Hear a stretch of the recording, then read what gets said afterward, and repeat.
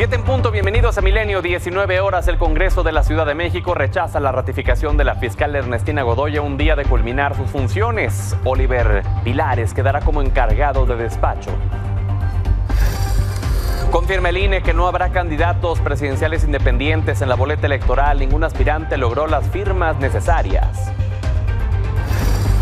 La canciller Alicia Bárcena inaugura la reunión anual de embajadores y cónsules. Durante 6 días analizarán el rumbo de la política exterior en el último año del presidente López Obrador.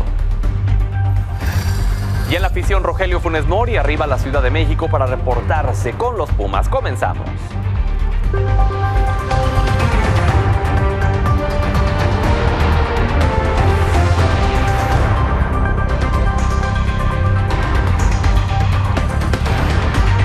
Hola, ¿qué tal? Gracias por brindarnos el honor de su sintonía. Vamos con la información de este lunes 8 de enero de 2024.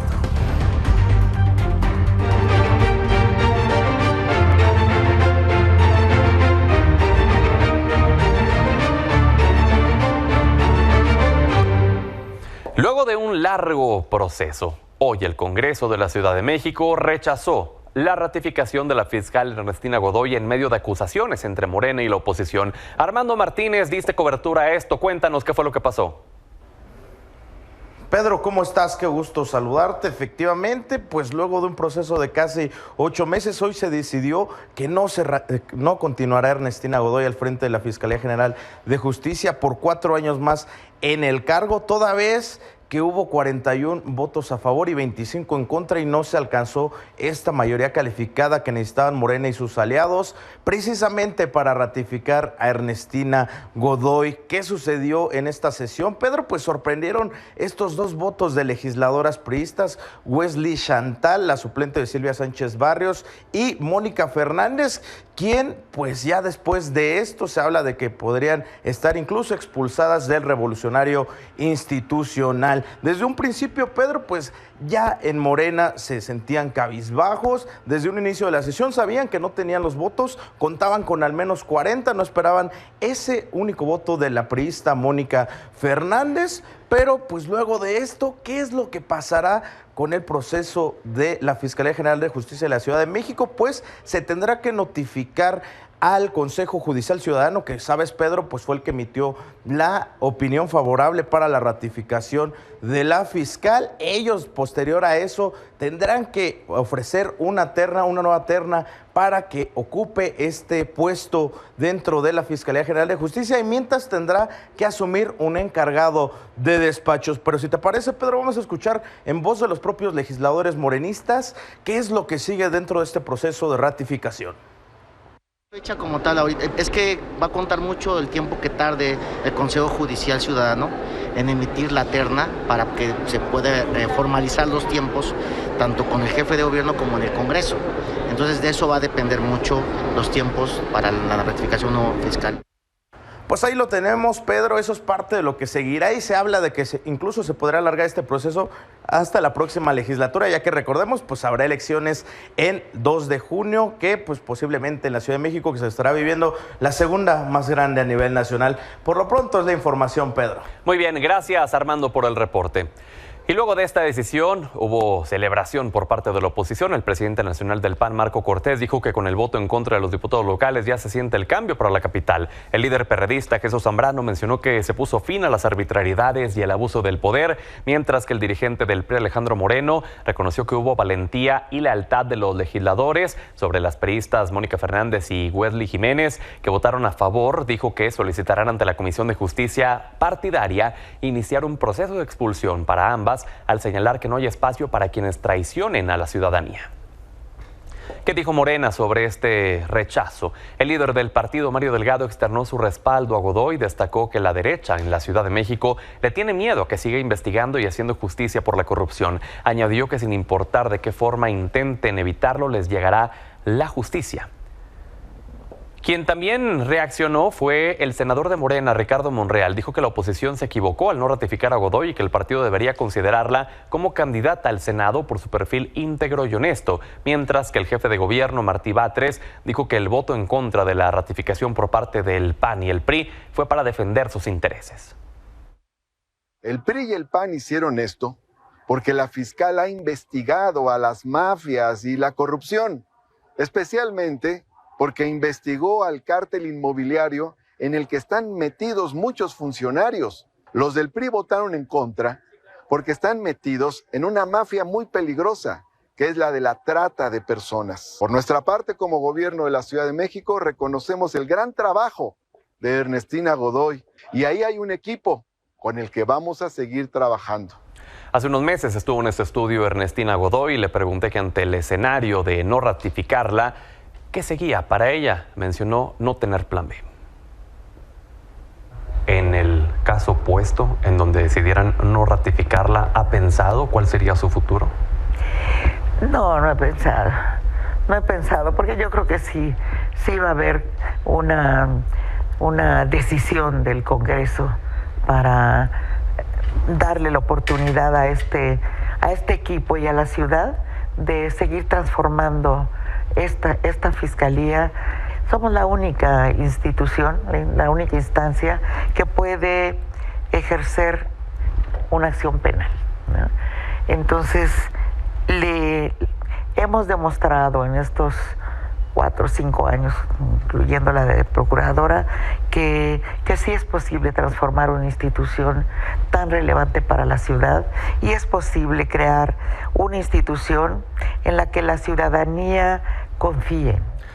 Mañana Ernestina Godoy rendirá su informe al frente de la Fiscalía Capitalina con el altar a la patria de fondo. Así lo anunció el día de hoy. Destacó que compartirá los avances y logros que realizó en los 4 años de su gestión. Hablemos más sobre este tema. Le agradezco a Ana Francis Moore, diputada de Morena en el Congreso de la Ciudad de México, que nos tome la comunicación. Gracias por su valioso tiempo, diputada. Hola, buenas noches. Diputada, gracias por el espacio. Gracias a usted por su tiempo. ¿Confiaban en que realmente iban a alcanzar los números necesarios para ratificar a Ernestina Godoy? Híjole, pues estás hablando con la diputada más optimista y esperanzada. Yo sí tenía la esperanza de que sobre todo algunas diputadas del PRI, con las panistas no hay nada que hacer, pero sobre todo algunas diputadas del PRI, las 2 que quedan del PRD, que lo pensaran. ¿Sabes? Lo del asunto de la trata es cosa seria, es como, ¿cómo vas a defender eso? ¿Me explico? Y pues claro, Ernestina se metió con el cártel de la trata del PRI. Ay, entonces sí, la verdad es que sí confiaba. O sea, tenía la esperanza, no confiaba, tenía la esperanza. ¿Había otros legisladores que les habían dicho que sí iban a votar a favor y que al final se echaron para atrás?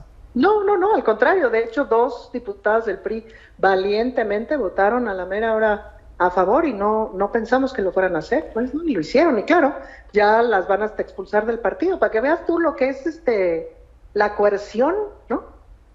Imagínate tú, ¿cuándo has visto a Mario Delgado, el presidente de Morena, decir, o a Sebastián, el presidente de Morena de la ciudad, decir, si no votan tal cosa, no van a tener candidatura? Imagínate tú.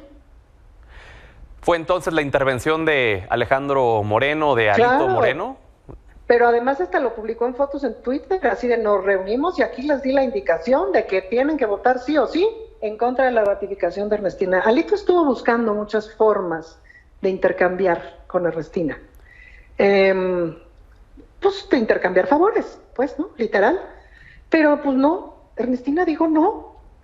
Y nosotros dijimos no a lo indecible, pues, ¿no? O sea, se pueden negociar un montón de cosas, se puede cabildear, se puede cotorrear, se pueden hacer acuerdos, pero no puedes decir, dejen de investigar esto a cambio de mi voto. Pues no, imagínate tú, ahí es donde ya valimos gorro, ya perdemos todo sentido. ¿Le pedía no investigar a Gutiérrez de la Torre? Pues pedían muchas cosas. Yo creo que ni siquiera hubo como o sea, Ernestina desde siempre, me explico, no quiso ni llegar hasta allá, ¿me explico? Entonces, pues que sus votantes les perdonen, porque hicieron algo muy grave para la ciudad. Ernestina es buena para la ciudad, ha sido buena para las mujeres de la Ciudad de México. Casi cada feminicida de esta ciudad está vinculado a proceso, casi cada feminicida. Eso no ocurre en ninguna otra entidad del país. Y esta ciudad es bien complicada, pues, ¿no? Entonces, se equivocaron garrafalmente. Usted, de hecho, es integrante, ¿no?, de la Comisión de Acompañamiento a las Víctimas. Yo presido la Comisión de Igualdad y como parte de mi trabajo, pues me ha tocado acompañar a decenas de víctimas que se acercan y dicen, por favor, necesito ver a la fiscal, no sé qué, les tramito la cita, las acompaño, por favor, tenemos este caso, somos varias, que se repite el mismo caso, no sé qué, les tramito la cita, vamos y las acompañamos, y eso con eso también hemos hecho pues, reformas legislativas, como la de violencia vicaria, como la de violencia ácida, que va a pasar ya en unos días, en fin. Es parte de lo que toca hacer, conozco bien el tema, soy feminista desde hace 30 años, y yo nunca había visto una fiscalía tan abierta, tan dispuesta, tan poniendo a las víctimas al centro. Por supuesto que le hace falta un montón de cosas. Bueno, claro, pues estamos en un proceso de transformación radical y eso significa limpiar un montón de costumbres corruptas y patriarcales. Y Ernestina lo estaba haciendo, Ernestina y todo su equipo. Afortunadamente se queda todo su equipo. La propia fiscal había mencionado que habían sido varias víctimas las que le habían pedido reabrir este caso del priista Gutiérrez de la Torre.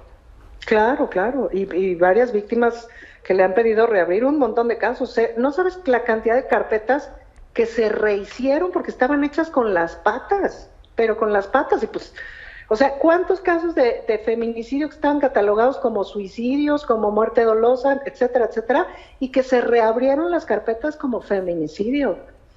Sin Eso embargo, es histórico. Sin embargo, la oposición menciona que se ha utilizado a la fiscalía para perseguirlos políticamente. Pues claro, porque están coludidos hasta el desangrar. Digo, su cártel inmobiliario que les ha dejado millones y millones de pesos, pues cuántas personas hay ya arrestadas e incluso que ya a manera de restitución del daño ya dieron inmuebles. No hay manera de que un funcionario medio, bueno, ni siquiera un alcalde, tenga dinero suficiente para comprarse un edificio en Insurgentes, ¿me explico? Entonces, y es el tipo de cosas que ya regresaron a la ciudad para que ahora sean oficinas para la ciudad, etcétera, etcétera. Bueno, departamentos que ahora se van a dar también a las víctimas de los derrumbes del 17, del terremoto del 17, pues, ¿no? Entonces, son tan culpables que hasta ya los culpables están, pues, pagando, regresando algo de todo lo que se robaron, ¿no?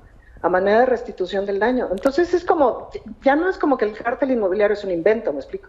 En el caso, volviendo al tema de las dos diputadas priistas que ya fueron amenazadas con ser expulsadas, ¿las recibirían en Morena? No lo sé. Yo feliz, porque además son buenas compañeras, han sido buenas. Bueno, la suplente Silvia Sánchez Barrios, que fue la que votó también a favor, a ella realmente la conocemos hace muy poquito porque Silvia pidió licencia hace un mes, pero a Silvia... Claro que yo digo que sí la deberíamos de recibir porque es una espléndida diputada. Y a la diputada Mónica, la verdad es que yo le tengo mucho respeto y hemos coincidido en varios temas de cultura, sobre todo las dos estamos en la Comisión de Cultura y también en la Comisión de Igualdad, y con ella he podido transitar y he podido hablar muy bien. Yo confiaba, por ejemplo, que la diputada Maxta, que pues también le han interesado los temas de género y con quien he podido hablar en otros temas y así, pues no votar en contra, pero... claramente no pudo contra la aplanadora de su partido. Ahora, en el proceso, ¿se va a tener que extender hasta una nueva legislatura? No lo sé, eso no necesariamente depende de nosotros, sino del Consejo Judicial Ciudadano, porque se tienen que reunir, etcétera, ¿no? Y empezar todo el proceso que se hizo justamente para la ratificación, pero se tiene que ahora hacer un nuevo proceso para la designación. Probablemente no nos alcance a nosotros, si no sea hasta la siguiente legislatura. Pues muy bien, diputada, le agradezco que nos haya regalado su valioso tiempo. Encantada, muchas gracias. Seguimos en comunicación. Vamos a otras cosas. Luego de que la ministra Lenia Batres dio a conocer que solicitó que su sueldo no exceda lo que gana el presidente López Obrador, además de que no se le inscriba en ningún seguro privado, ya hubo respuesta del máximo tribunal. Según fuentes, se le explicó que no se le puede dejar de depositar íntegro su sueldo, por lo que ella deberá reintegrar a la tesorería de la Federación lo que considera excesivo. También se le dijo que la Corte equipara a los ministros como patrones, por lo que no puede ser incorporada al ISSSTE y no tiene derecho a pensión de ese instituto, y que la Constitución establece un retiro para los ministros, por lo que sería una doble percepción de la pensión por un mismo trabajo.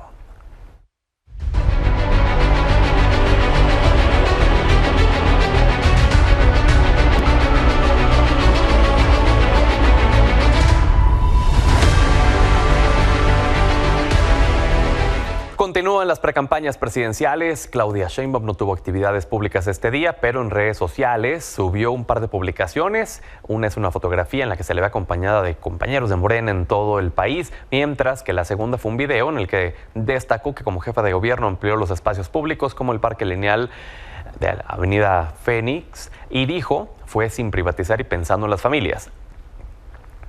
Por su parte, Xóchitl Gálvez estuvo de gira por Sinaloa, donde se reunió con campesinos de El Carrizo. Ahí felicitó a los legisladores de oposición en la Ciudad de México por votar en contra de la ratificación de Ernestina Godoy, de quien dijo se dedicó a perseguir opositores y no investigar los crecientes delitos en la capital del país. Además, afirmó que lo ocurrido hoy en el Congreso capitalino es una gran derrota para Claudia Sheinbaum. Hablando del proceso electoral, el presidente López Obrador aseguró que como México vive en una democracia, no se puede decir que la elección de junio está definida, aunque consideró que es probable que le siga yendo bien. Insistió en que la banda presidencial la entregará a una persona honesta, trabajadora e incluso con mayor nivel académico que él.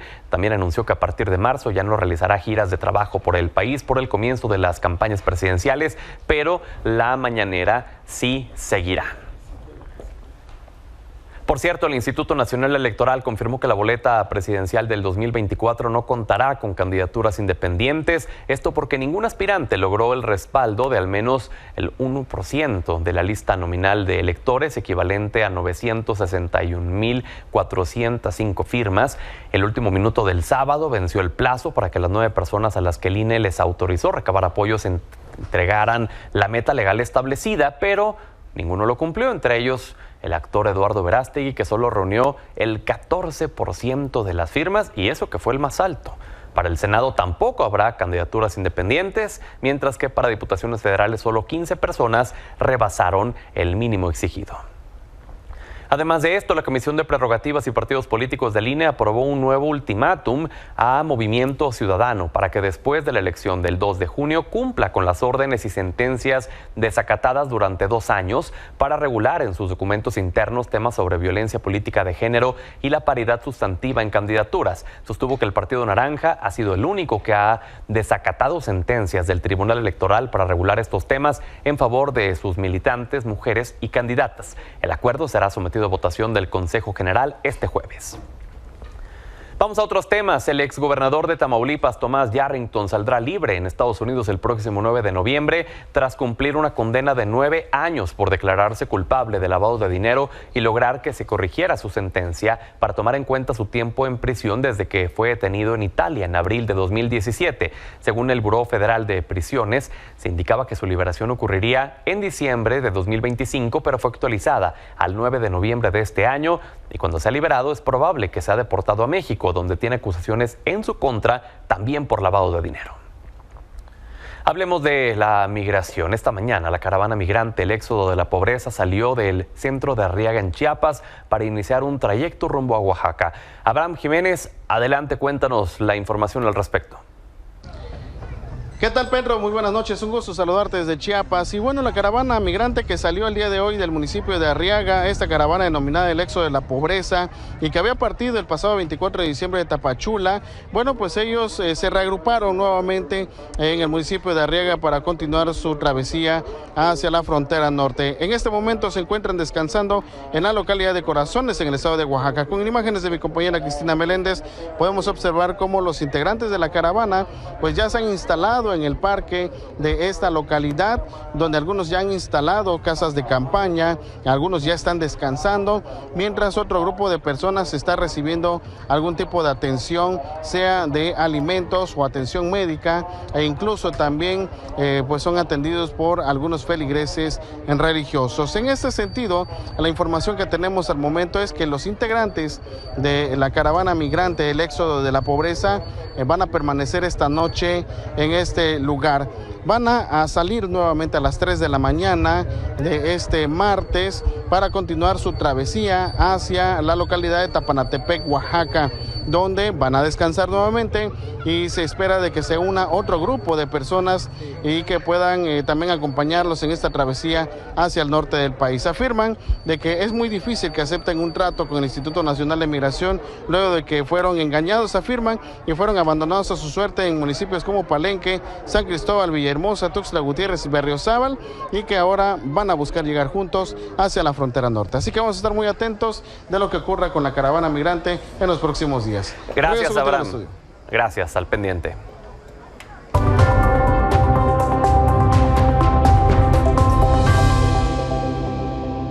Lunes de nuestra mesa Punto Medio, la primera de este 2024. Le agradezco a Jacqueline Hinojosa, presidenta del Organismo de Mujeres de la CNP del PRI, a Abraham Carro, coordinador de los trabajos de vinculación con las juventudes en la precampaña de Claudia Sheinbaum, y a Roy Torres, diputado de Movimiento Ciudadano en el Congreso de la Ciudad de México, que estén con nosotros el día de hoy. Buenas noches, feliz año. Amigo, muchas gracias, muy contento de estar aquí con ustedes. Bueno, pues comenzamos con el tema de la no ratificación de Ernestina Godoy. Royfit, fue una sesión que pues ya se vislumbraba un poco cuál iba a ser el desenlace, pero fue prolongada desde ya prácticamente varios meses, ¿no? Sí, desde diciembre pudimos haberlo votado. Morena hizo todo para que no sucediera.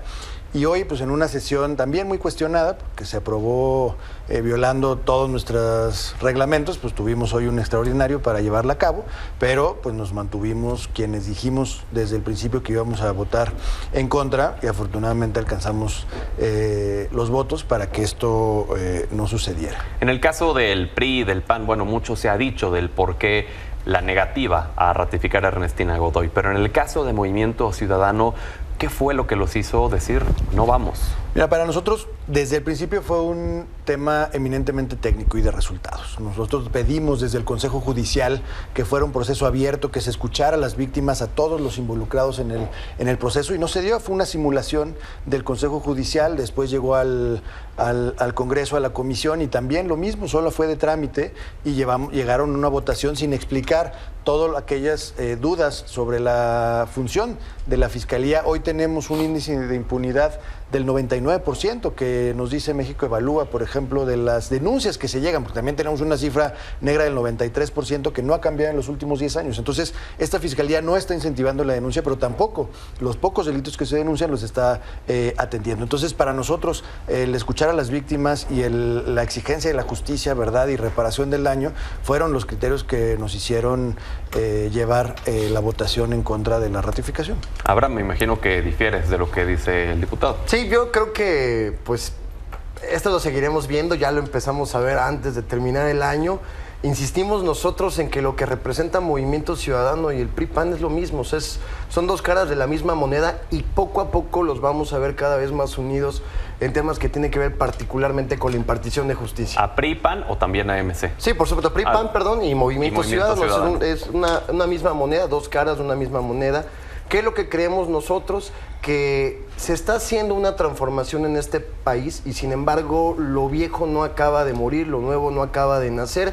Hoy tuvimos diputados que salieron a votar por consigna para evitar que se diera seguimiento a una lucha que ha empezado y que ha ejercido muy importante la compañera Ernestina en dos cosas en lo particular. Primero, la trata de personas que el PRI desde la Ciudad de México ha operado, que es terrible que las propias compañeras solapen este tipo de circunstancias que están presentando. Y por otro lado, pues el cártel inmobiliario, de quien hoy representa también el equipo que está acuerpando, incluso el propio Taboada, que va como candidato del PRI del PAN a la Ciudad de México. Entonces, no es una votación que nos sorprenda, más bien, en todo caso, eso habla, pues sí, de que hay una cohesión de aquellos diputados que votaron por consigna, aunque se les hacen llamar representantes populares, y le dieron la espalda particularmente a las víctimas que tanto han sufrido en esta ciudad, y que hoy están siendo escuchadas y que habían sido escuchadas a través de la compañera Ernestina. Jackie.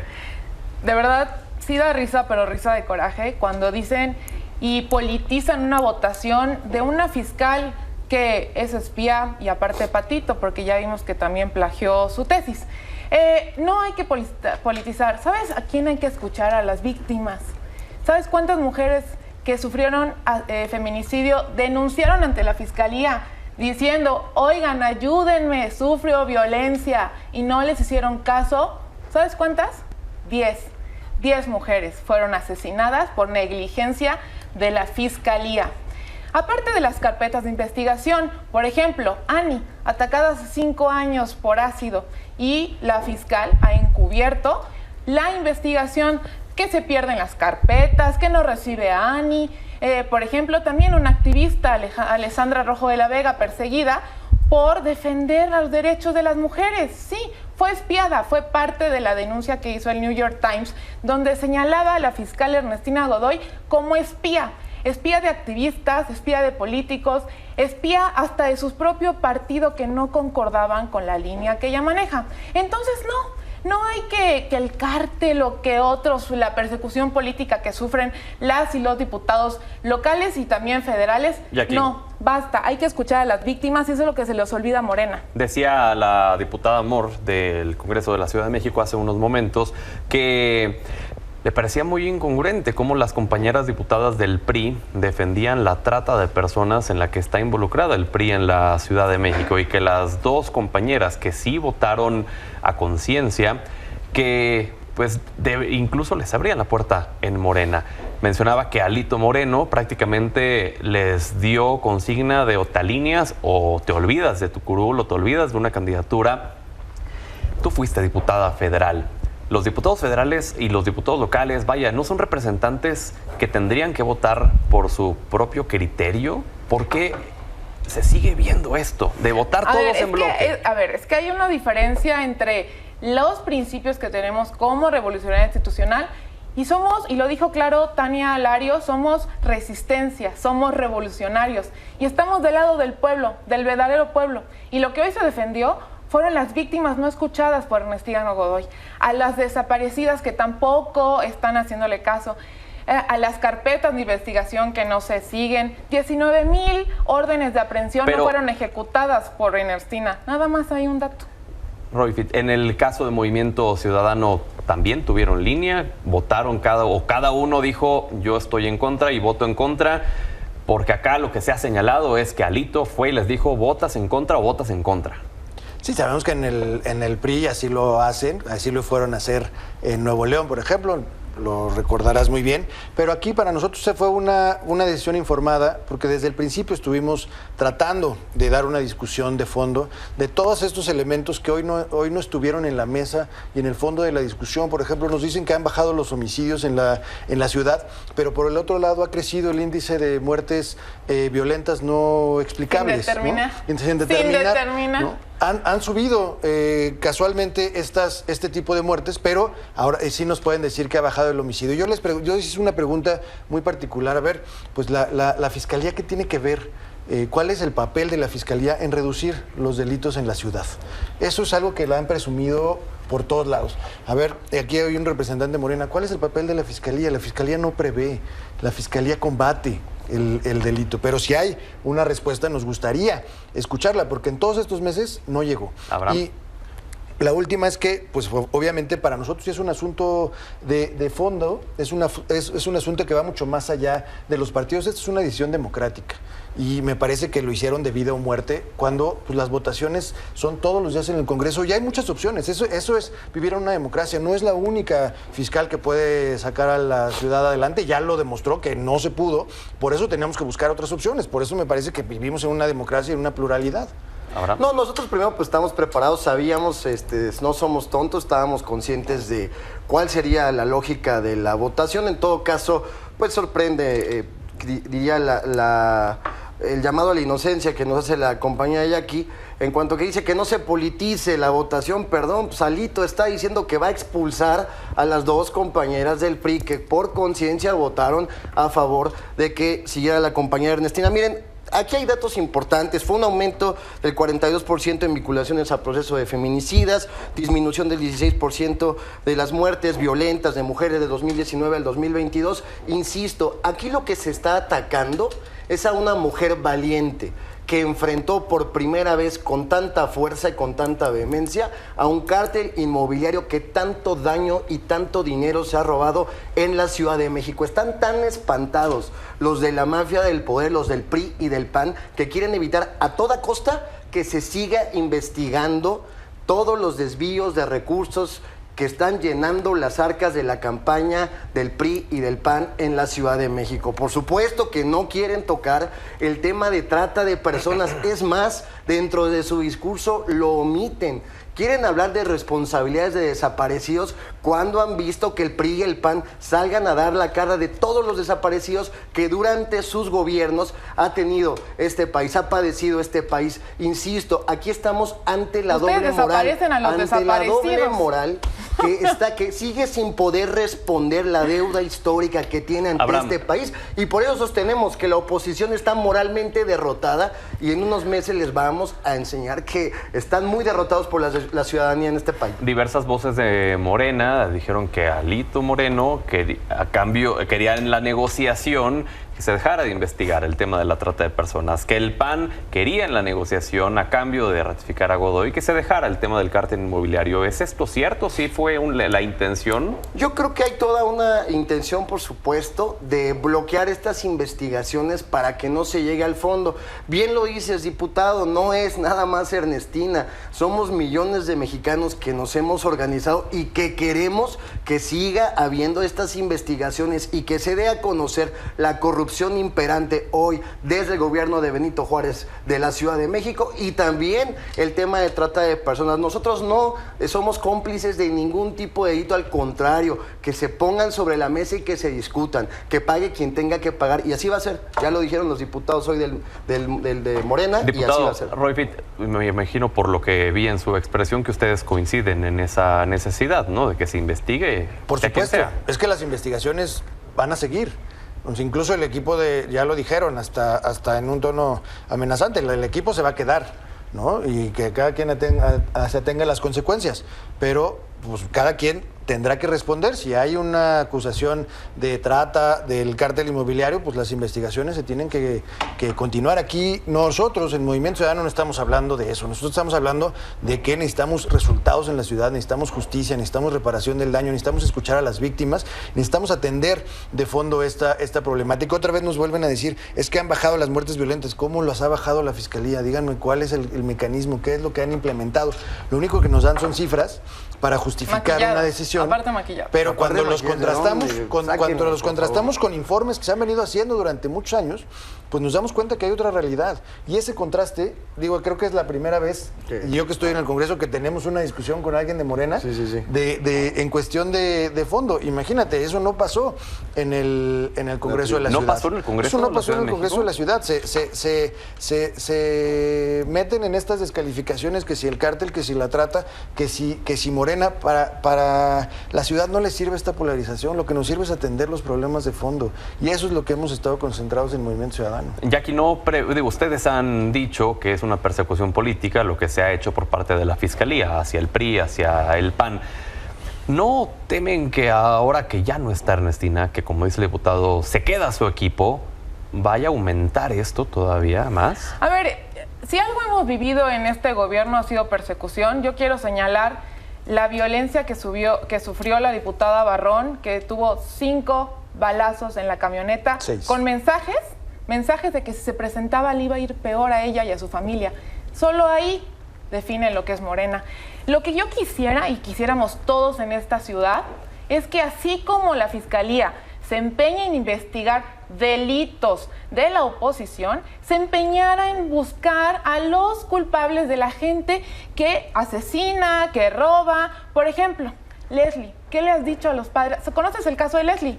Lo ¿Sí? estás platicando, diputada. No sabes, no lo conoces. Bueno, es una mujer que fue asesinada, víctima de feminicidio, y que hasta el día de hoy su familia sigue buscando justicia, y que tampoco Ernestina los quiso recibir. O Ani, repito, 5 años donde sus carpetas se pierden, las roban dentro de la Fiscalía.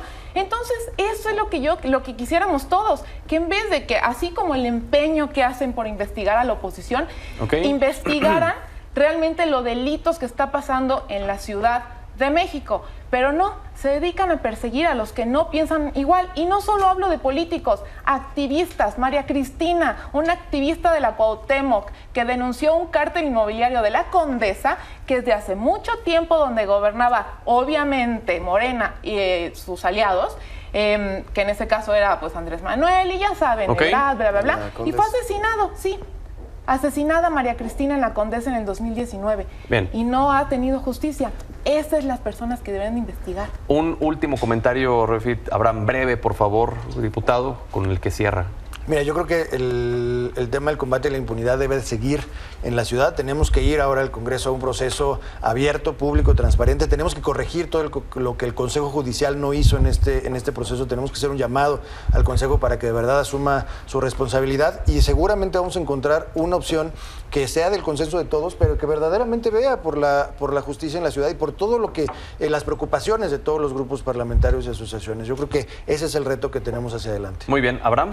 Sí, yo creo que aquí no hay persecución desde hace algunos años, desde el 2018 inició una etapa nueva en nuestro país. No me sorprende que en el PRI no entiendan lo que significa para tanta gente que ha sido durante decenas de años desaparecidos. No me sorprende que a ellos no les interese y que sí estén politizando un caso que tenía que tomar en cuenta el combate que se ha hecho en torno al cártel inmobiliario y en torno a lo que tiene que ver con esta trata de personas del PRI que está fomentando el PRI en la Ciudad de México. Entonces yo creo que estamos enfrentando, que guardan silencio los del PRI como siempre, a sus desaparecidos, a los muertos, al daño que le ha hecho este país, y viene a decirnos y viene a insistir politizando un caso en la Ciudad de México y evitando que una mujer honesta tenga el espacio para poder seguir. Vamos a continuar investigando, vamos a continuar. Les pido que finalicemos, por favor, se nos acabó el tiempo y les agradezco a los tres que hayan estado con nosotros el día de hoy. Gracias, y yo quisiera que de verdad reconocieran el ataque que recibió la diputada local Barrón. Ya volvemos.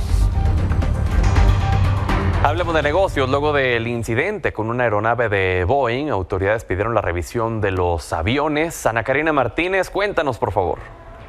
¿Qué tal, Pedro? Muy buenas noches. Te saludo con mucho gusto y te cuento que, en efecto, luego de este incidente que mencionas, las autoridades aeronáuticas de Estados Unidos ordenaron una investigación sobre los aviones Boeing 737 MAX después de que una de estas aeronaves, operada por Alaska Airlines, estalló en pleno vuelo, por lo que la puesta en tierra temporal de estos aviones también fue una parte de las órdenes de las aerolíneas que operan en Estados Unidos o que lleguen a territorio estadounidense. Del lado mexicano, Grupo Aeroméxico reportó 31 vuelos cancelados solo el día de hoy desde el Aeropuerto Internacional de Ciudad de México, por lo que ya suma 97 vuelos afectados por la revisión de estas aeronaves. Sin embargo, Pedro, la empresa informó que las revisiones de los equipos de Boeing por parte de las autoridades se encuentra ya en fase terminal, por lo que espera recobrar estos equipos durante los siguientes días. Ahora bien, esta situación no solo afecta a México. De acuerdo con la consultora Cirium, hay 215 aeronaves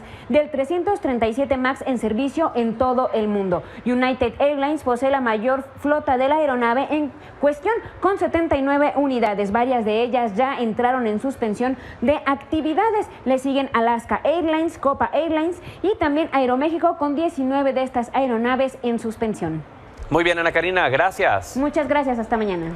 Y este lunes comenzó la reducción de un 20% de operaciones aéreas en el Aeropuerto Internacional de la Ciudad de México. Solo se permitirán 43 operaciones por hora y ya no 52. El objetivo es reducir la saturación de vuelos en el espacio aéreo, así como la congestión de pasajeros en los edificios terminales. Las aerolíneas están modificando sus estrategias, donde se contempla que tengan vuelos en horarios no saturados, es decir, desde las 11 de la noche hasta las 5 de la mañana. Le agradezco a Cintia Martínez, directora general en México de la Asociación de Transporte Aéreo Internacional, IATA. Gracias por su valioso tiempo, directora. Al contrario, muchas gracias a ti y a tu auditorio. Buenas noches. Buenas noches y feliz año, por cierto. ¿Cuáles son las implicaciones que ven ustedes respecto a esta reducción de operaciones en el AICM?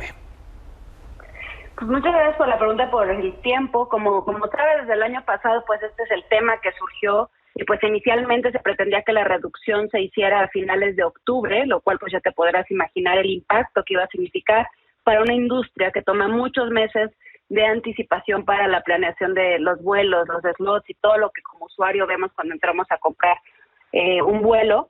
Y lo que se logró en distintas conversaciones con las autoridades, distintas autoridades implicadas, pues fue justo que se extendiera al día de hoy, 8 de enero, por un lado, como industria no estábamos de acuerdo en la reducción porque consideramos que no es necesaria. Tenemos ejemplos de otras partes del mundo donde se puede ir remodelando, mejorando la infraestructura, dándole mantenimiento sin afectar a las operaciones, pero una vez que se tomó pues la decisión, al menos hubiera sido en marzo, no lo conseguimos, inicia el día de hoy, y creo que ahora, pensando en el futuro, lo más importante es empezar a hablar con las autoridades cuándo van a regresar el número de operaciones que teníamos, no solo las 52, sino hasta las 61 que teníamos hace poco más de año y meses, y esto a la par de un plan bien integrado de mejora en la infraestructura del principal hub del país, que es el aeropuerto de la Ciudad de México.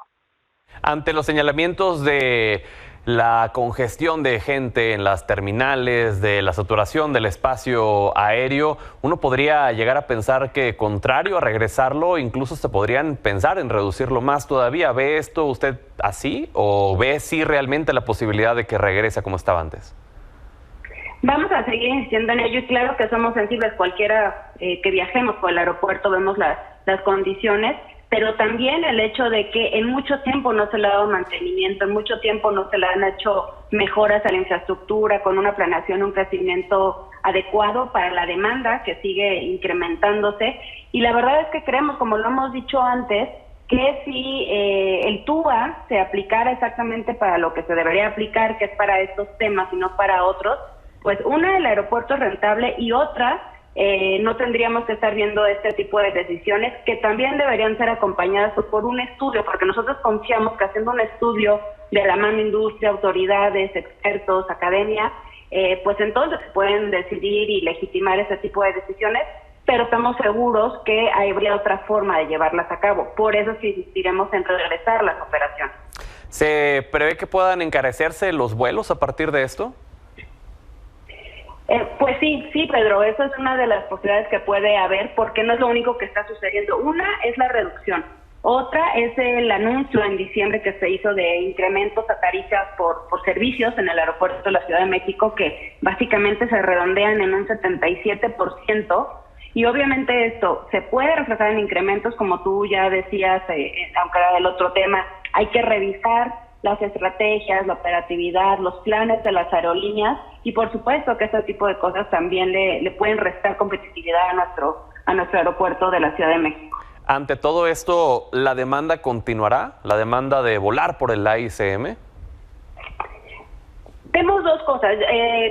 Por la ubicación, por lo que ofrece el aeropuerto, a pesar de todo esto que estamos comentando, sigue siendo prioritario y sigue siendo de gran interés volar. Pero si seguimos tomando este tipo de decisiones, me refiero tomando como gobierno, como país, pues claro que corremos el riesgo en que se disipe o se diluya ese interés por volar a través de nuestro principal hub. Y es de los temas que normalmente levantamos en nuestras conversaciones, que en lugar de estar haciendo esto deberíamos de estarlo reforzando, mejorando para que tenga la calidad de un aeropuerto internacional, no solo con la demanda de hoy, sino que en la que esperamos que crezca en los siguientes meses y años.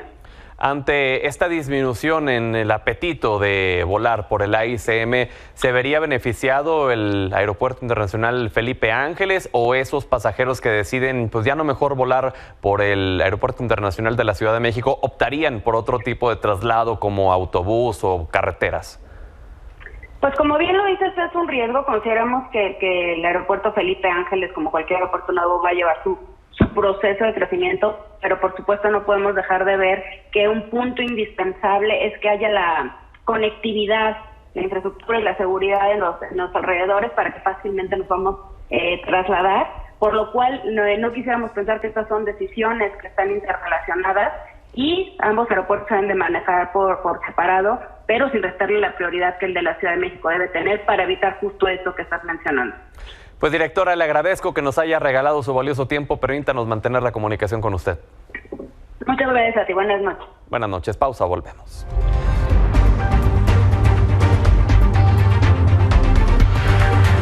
Comenzó la reunión anual de embajadores y cónsules con la participación de varios secretarios del Gabinete Federal. Ángel Hernández, has dado cobertura a esta reunión. Cuéntanos qué ha pasado, quiénes han estado, qué han dicho. ¿Qué tal, Pedro? Buenas noches, pues efectivamente ya fue inaugurada esta reunión que ocurre cada año por la secretaria de Relaciones Exteriores, Alicia Bárcena. Muy importante también la secretaria estableciendo lo que ella definió como la brújula para la política exterior mexicana en lo que resta de la administración. Y esto es, ella dijo, con México siempre al frente, pero también buscando y sobre todo hizo énfasis en igualdad de género. Recordemos, Alicia Bárcena ha impulsado la política exterior feminista que tiene desde que estuvo en la CEPAL, así que es parte de lo que viene a traer ahora como propuesta para concluir esta administración, junto con la protección a los migrantes mexicanos, a las personas en el exterior, a la gestión de la migración en nuestro país e incluso a la credencialización de los mexicanos en el extranjero. Por otra parte, durante esta reunión también participaron otros secretarios de Estado, como lo decías, estuvo Luisa María Alcalde, quien en materia de gobernación pues explicó que gracias a los trabajos de la Cuarta Transformación del presidente Andrés Manuel López Obrador se ha logrado profundizar en ciertos ámbitos que era necesario trabajar y que es necesario continuar, que vienen las elecciones y que es necesario que se mantenga pues al menos una política similar para continuar con los trabajos del presidente Andrés Manuel López Obrador. Ella lo ve como un momento muy importante para la Cuarta Transformación, así que bueno, ella también atenta al 2 de junio de 2024. Después también estuvo el secretario de Hacienda, Rogelio Ramírez de la O, el secretario del Trabajo, Marat Bolaños, estuvieron también la secretaria de Seguridad Pública, Rosa Isela Rodríguez. Todos hablaron sobre, por ejemplo, el desarrollo económico, cómo se ha impulsado la inversión extranjera, y en materia de seguridad detallaron, aunque todavía no se sabe con precisión, cuáles son las políticas y la estrategia de seguridad para nuestro país. Se prevé que esta semana continúen las reuniones. Al menos sabemos que el jueves habrá un encuentro con el presidente Andrés Manuel López Obrador. No se sabe si habrá un intercambio de preguntas o de ideas. Sin embargo, este encuentro pues ya está previsto para el jueves, Pedro. Pues muy bien, vamos a seguir de cerca todas estas actividades. Ángel, gracias por el reporte. A ti, buenas noches.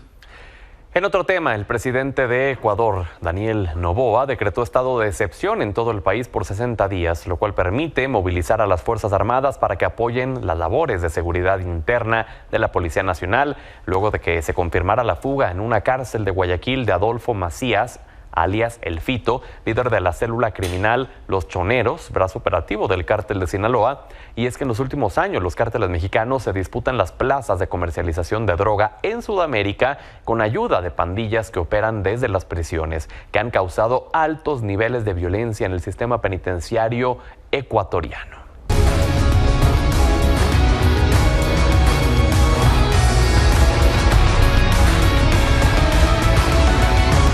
Buenas noches, Minelli Ataide. Oye, a ver, platiquemos de Rogelio Funes Mori. Ya llegó a la Ciudad de México. Ya llegó a la Ciudad de México, Pedro, y eso sí, por delante mencionó que efectivamente él ya no entraba en planes de la directiva y que no fue decisión de él dejar a Rayados de Monterrey. Ya platicábamos la semana pasada justamente que es un histórico, porque por los 160 goles, porque es el máximo anotador de la historia de la institución, pero él sí deja en claro justo en todas sus declaraciones antes de salir de Monterrey a su llegada a Ciudad de México que efectivamente fue la directiva la que ya no contaba con sus servicios, y de ahí que él tomara, como lo menciona, la mejor decisión para su trayectoria, que era firmar con los Pumas. Así es que vamos a escuchar parte de lo que menciona justo a su llegada. Estoy muy contento, vengo a un club muy grande, una institución muy grande que tiene mucha historia, entonces estoy muy feliz. Cuando mostraron interés en mí, primero el técnico, que ya lo conozco hace bastante, la historia que tiene el club, los grandes jugadores que han pasado aquí, la verdad que el interés que demostraron en mí, la verdad que eso es lo que más me importó. La verdad, sinceramente, no me quería ir del país, quería seguir aquí en México y bueno, es una oportunidad muy grande para mí, muy linda, y estoy listo. Lo que se mencionaba, Minelli, era que, a ver, sí, la directiva le dijo, a ver, ya no entras en los planes para el siguiente año, ve buscando qué vas a hacer, y que él mismo fue el que había negociado con la directiva de Pumas, que él los había buscado, que el Monterrey quería mandarlo a Brasil, pero que él quería quedarse en México, y entonces que negoció con los Pumas que prácticamente el Monterrey solo cediera su contrato, pero incluso se llegaba a decir que él había accedido a bajarse su sueldo. A ver, sí, efectivamente la directiva ya no contaba con sus servicios, le dijo no estarás más, ¿no? Como titular. Obviamente él quería ser titular con Rayados, pero al no tener esa condición que él necesitaba, por eso es que busca otro camino, Pedro. Y sí, efectivamente, él decide no irse a Brasil, a Monterrey le convenía más esa transferencia, ¿por qué? Porque iba a tener dinero, Recibían obviamente, ganancia, exactamente, claro. recibía ganancia. Con Pumas no fue así, con Pumas únicamente le dijo: toma a mi jugador, no va a haber nada de por medio, pero tú le pagas el sueldo. Difícil que se baje el sueldo yendo a Pumas. ¿Por qué, Pedro? Porque tendría que haber un nuevo contrato, ¿no? En medio de esta negociación. O sea, no es como que Pumas y Funes Mori pudieran decir, bueno, tu contrato dice que ganas 100 pesos, pero tú y yo vamos a acordar de palabra que vas a ganar 50 porque no podemos pagarte más. Recordemos que todo está ante la federación y todo este tipo de, digamos así, contratos de, obviamente, jugador-club son bien reforzados, Pedro, y también son bien vigilados por cuestiones legales y por cuestiones financieras. Así es que tampoco es tan sencillo. Muy bien, gracias, Minelli. Muy buena noche. Y gracias principalmente a usted por habernos brindado el honor de su sintonía. Hasta mañana.